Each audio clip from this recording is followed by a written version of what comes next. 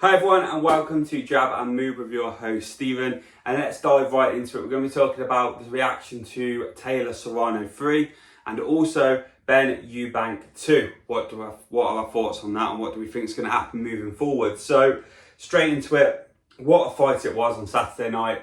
It surprised me. I really thought I'd expect an even bigger bloodbath than what we've seen in number 2.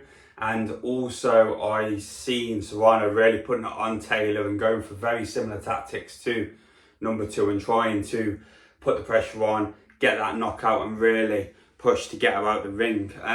What we seen was a bit of a masterclass really from Taylor and a nice turnaround. She adapted to Serrano's tactics. She was able to command the fight, and I think this, for me personally, is the first fight where there's been a large majority of the rounds going to Taylor, and I think obviously the first fight is up for question.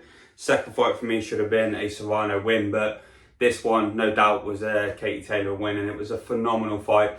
And again, I think we're seeing the last of that now, which is a bit of a shame because again they are the two best female fighters for me on the planet, and they've given us the best female fight trilogy we've seen, one of the greatest of all time. So like I said, absolute credit to both fighters.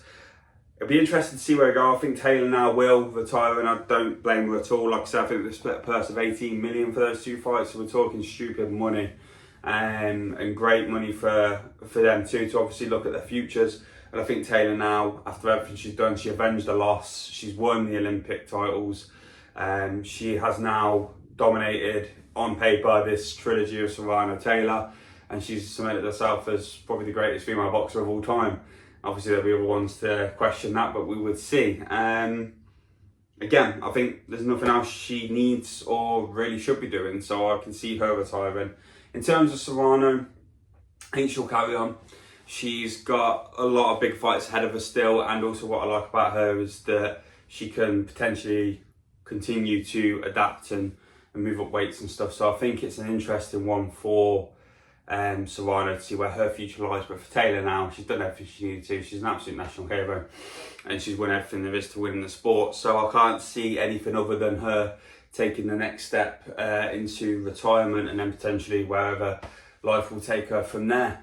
Let's jump straight into it. Benn Eubank 2, what do we think about that? Me and my friend were having a chat about it, and I personally think we don't need to see fight number 2. It was a good fight. It had all the ingredients you needed. There was a lot of unknowns. We didn't know about the size. We didn't know about the rehydration of Eubank. And then for Eubank Senior to pop out of nowhere just added drama to a very, very good fight. And also, can I just add, the undercard was really good as well. So it all added up to a wonderful night of boxing.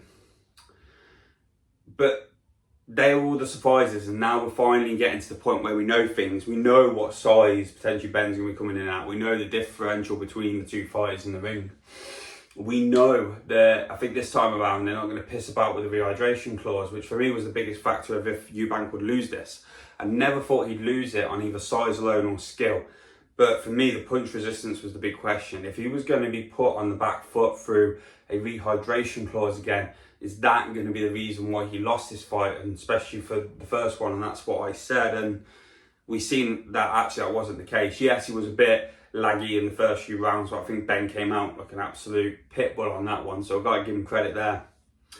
But after that, he commanded the fight, and there was no question that it was, I would probably say, evens or 1 round to Eubank by round 10, but 11 and 12 was all Eubank's, and that took the victory his way.